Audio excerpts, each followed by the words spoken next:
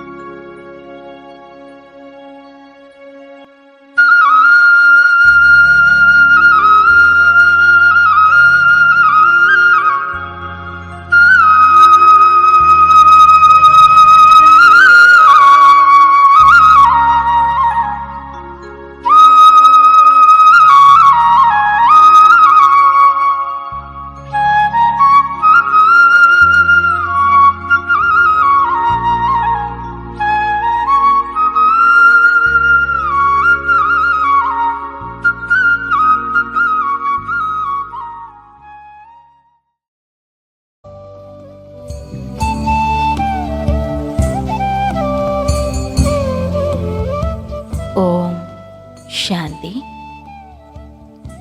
മഹിമയുടെ ആധ്യാത്മിക രഹസ്യം.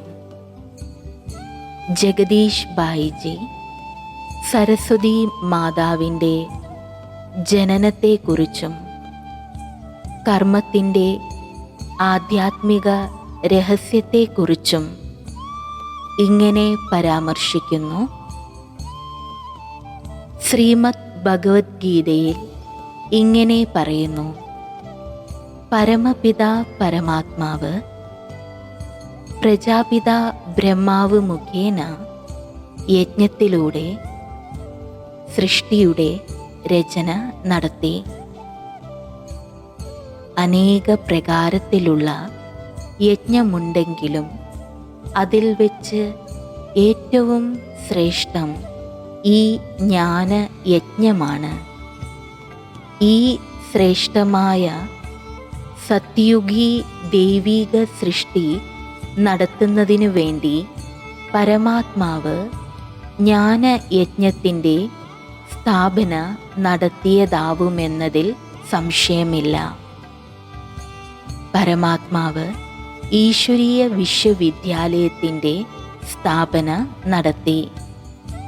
എന്നാൽ ജ്ഞാന ശബ്ദത്തോടൊപ്പം യജ്ഞ ശബ്ദം ചേർത്തത് ഈശ്വരീയ ജ്ഞാനം ശ്രവിക്കുന്നവർ കാമ, ക്രോധ, ലോഭ, മോഹ അഹങ്കാരങ്ങളെയും ശരീരം, മനസ്സ്, ധനം ഇത്യാദികളെയും യജ്ഞത്തിൽ സമർപ്പണം ചെയ്യുന്നു എന്നതിനാലാണ്. ഇവയുടെ ആഹുതി നടത്തുന്നില്ല എങ്കിൽ പിന്നെ യജ്ഞം എന്ന പേര് കൊടുക്കുകയില്ല. യജ്ഞത്തിൽ തീർച്ചയായും എന്തെങ്കിലും ആഹുതി കൊടുത്തിരിക്കും. ആയതിനാൽ ജ്ഞാനയജ്ഞം എന്ന ശബ്ദം വിശ്വവിദ്യാലയം എന്ന ശബ്ദത്തേക്കാൾ മഹത്വമേറിയതാണ്.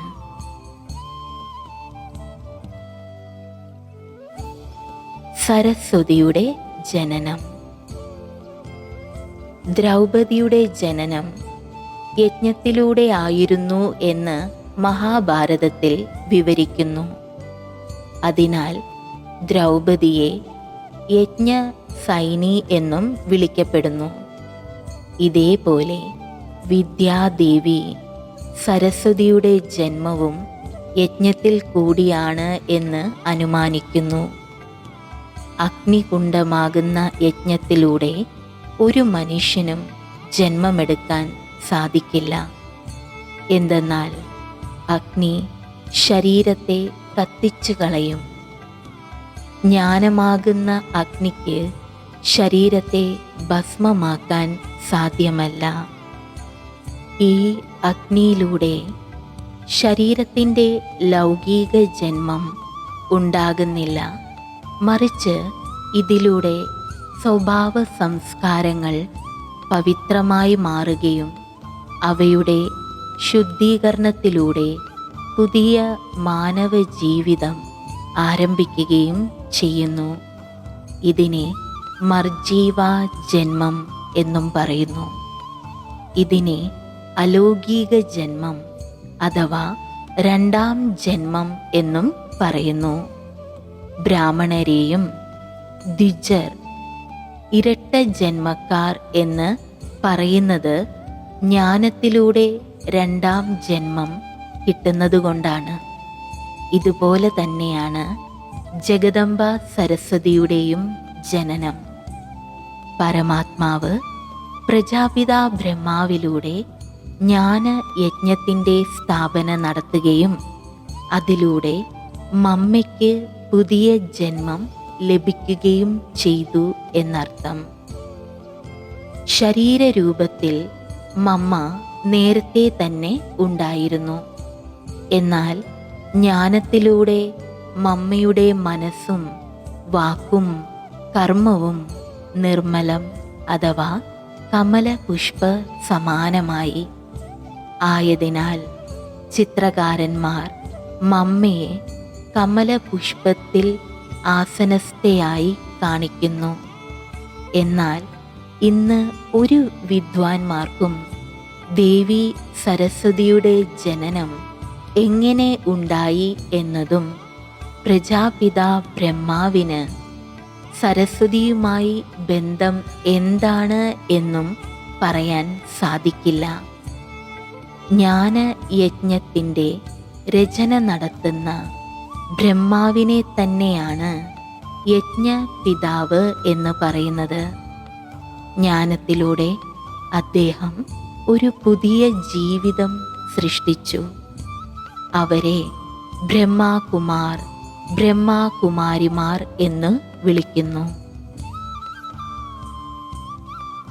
മനസ്സും ബുദ്ധിയും ബലി നൽകുന്നതിനാൽ കാളി.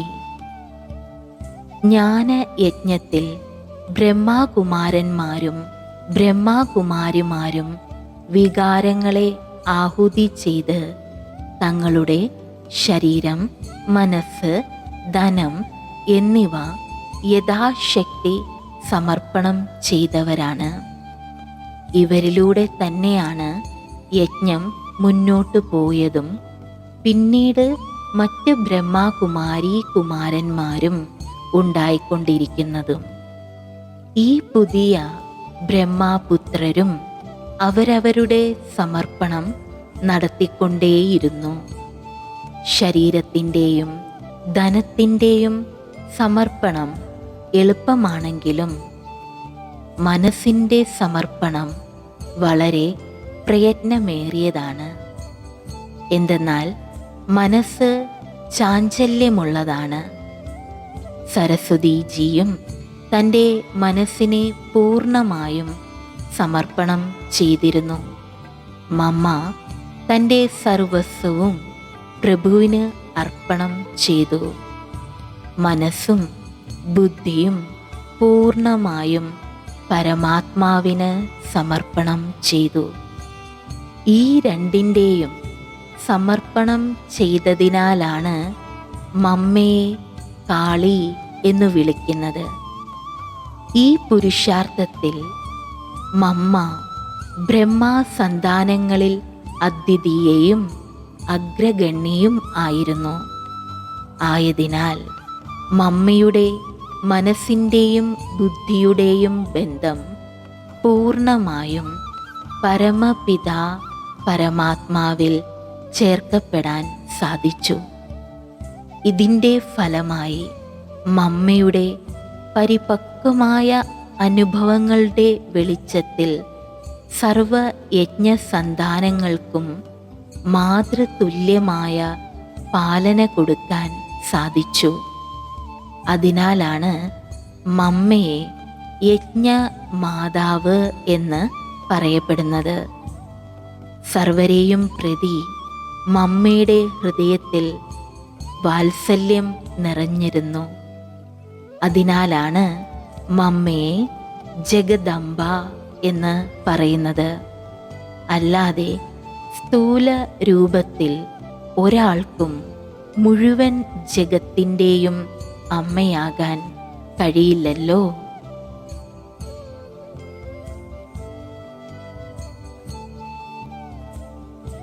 ഓം രാധേ. സരസ്വതി ജഗദംബ. സരസ്വതി എന്ന പേരിടുന്നതിന് മുമ്പ് മമ്മയുടെ പേര് രാധേ എന്നായിരുന്നു. ഓം മണ്ഡലി എന്ന പേരിൽ ജ്ഞാനയജ്ഞം ആരംഭിച്ചതു മുതൽ അവിടെ മമ്മ ഓം ധ്വനികൾ മുഴക്കിയിരുന്നു.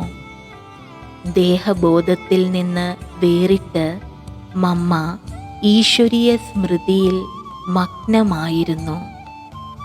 മമ്മയുടെ ആത്മീയത നിറഞ്ഞ വാക്കുകൾ കേൾക്കുന്നവർ ദേഹത്തിൽ നിന്നും ഉപരിയായി ഈശ്വരീയ സ്നേഹത്താൽ സ്വയം മറന്നിരുന്നു. മമ്മയിലൂടെ ചിലർക്ക് ദിവ്യദൃഷ്ടി ലഭിക്കുകയും അതിലൂടെ ശ്രീകൃഷ്ണന്റെ സാക്ഷാത്കാരം കിട്ടുകയും ചെയ്തിരുന്നു. അതിനുശേഷം ജനങ്ങൾ മമ്മയെ രാധേ എന്നതിന് പകരം ഓം രാധേ എന്ന് നാമകരണം ചെയ്തു. അക്കാലത്ത് ചിലപ്പോൾ ബ്രഹ്മബാബ മറ്റ് സ്ഥലങ്ങളിൽ പോയിരുന്ന സമയത്ത് അവിടെ നിന്ന് ജ്ഞാനം കടലാസിൽ എഴുതി ഓം രാധയ്ക്ക് അയച്ചു കൊടുക്കുകയും മമ്മ അത് വിശദീകരിച്ച് വായിച്ച് കേൾപ്പിക്കുകയും ചെയ്തിരുന്നു. കേൾക്കുന്നവർക്ക് ഇങ്ങനെ തോന്നിയിരുന്നു, മമ്മ ജ്ഞാനത്തിൻ്റെ താരാട്ട് അഥവാ ജ്ഞാനഗീതം പാടിക്കൊണ്ടിരിക്കുകയാണ് എന്ന്. ഇക്കാരണത്താൽ മമ്മയ്ക്ക് മാതാവ് എന്നർത്ഥം വരുന്ന മമ്മ എന്ന് പേരിട്ടു.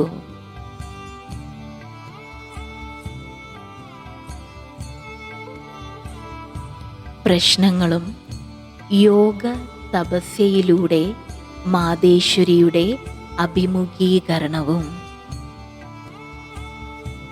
എല്ലാ ശ്രോതാക്കളും മമ്മയിലൂടെ കേട്ട ജ്ഞാനത്തിൽ ഇത്രയും പ്രഭാവിതരായിരുന്നു. മമ്മയുടെ മധുരവാണി കേൾക്കുന്നവർ ഉള്ളി, വെളുത്തുള്ളി, മാംസം, മത്സ്യം, മുട്ട, ചാരായം, സിഗരറ്റ്, ബീഡി എന്നിവയെല്ലാം ഉപേക്ഷിച്ചിരുന്നു. ഇതോടെ സിന്ധിൽ എതിർപ്പുകൾ വർദ്ധിച്ചു വന്നു. ഒരിക്കൽ പിക്കറ്റിംഗ് പോലും നടത്തിയെങ്കിലും മാതേശ്വരിജി, സരസ്വതിജി മക്കളെ എല്ലാവരെയും അച്ചടക്കത്തോടെ നിർത്തി. ഇത് കണ്ട് പിക്കറ്റിംഗ് ചെയ്യാനെത്തിയവർ പോലും പ്രഭാവിതരായി ധർണയിൽ നിന്നും പിൻവാങ്ങുകയുണ്ടായി.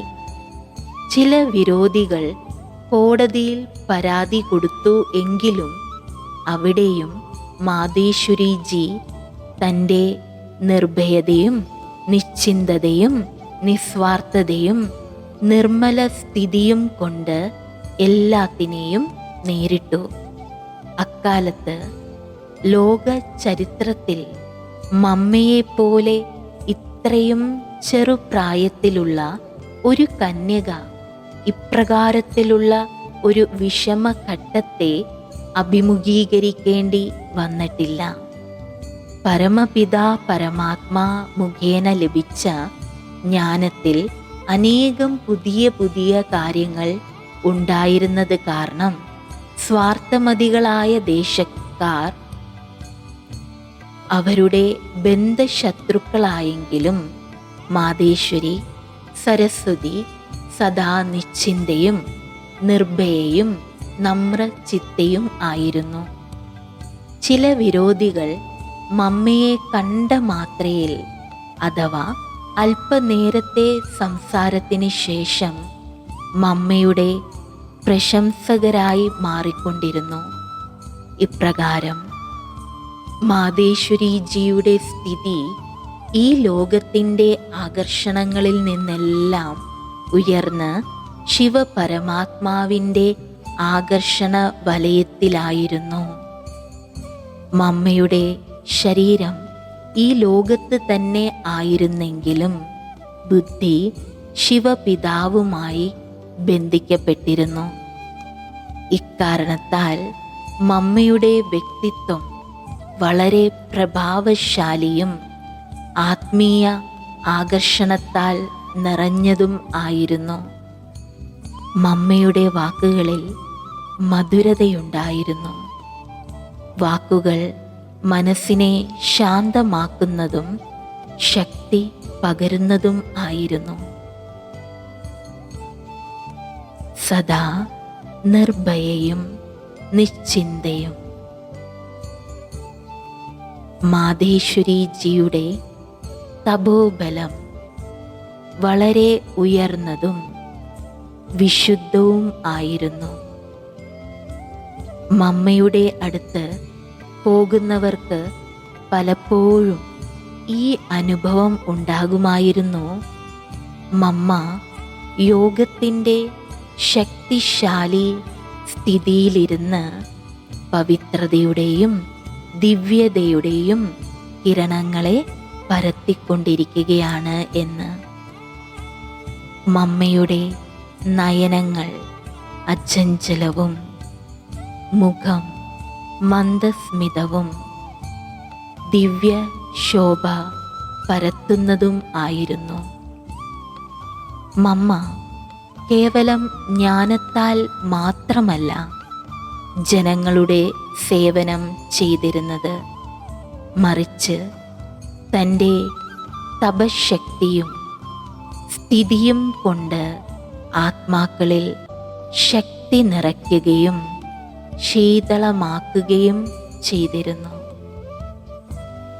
മമ്മയുടെ ജീവിതത്തിൽ അനേകം ഭയാനകവും വികരാള രൂപത്തിലുമുള്ള സാഹചര്യങ്ങൾ അഭിമുഖീകരിക്കേണ്ടി വന്നിരുന്നു. എങ്കിലും ഈ സങ്കീർണമായ വിശ്വനാടകത്തിൽ അചഞ്ചല നിശ്ചയം ഉണ്ടായിരുന്നത് കാരണം സദാ നിശ്ചിന്തയായിരിക്കാൻ മമ്മയ്ക്ക് കഴിഞ്ഞു.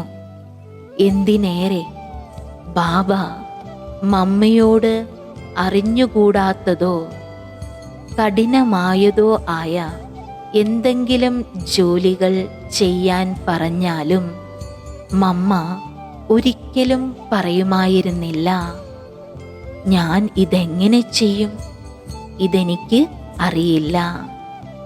മറിച്ച് മമ്മ സദാ ജി ബാബ, ശരി ബാബ എന്ന് പറഞ്ഞ് ഉത്തരവാദിത്വങ്ങളെ ഏറ്റെടുക്കുകയും അവയെ നിറവേറ്റി കാണിച്ചു കൊടുക്കുകയും ചെയ്തിരുന്നു.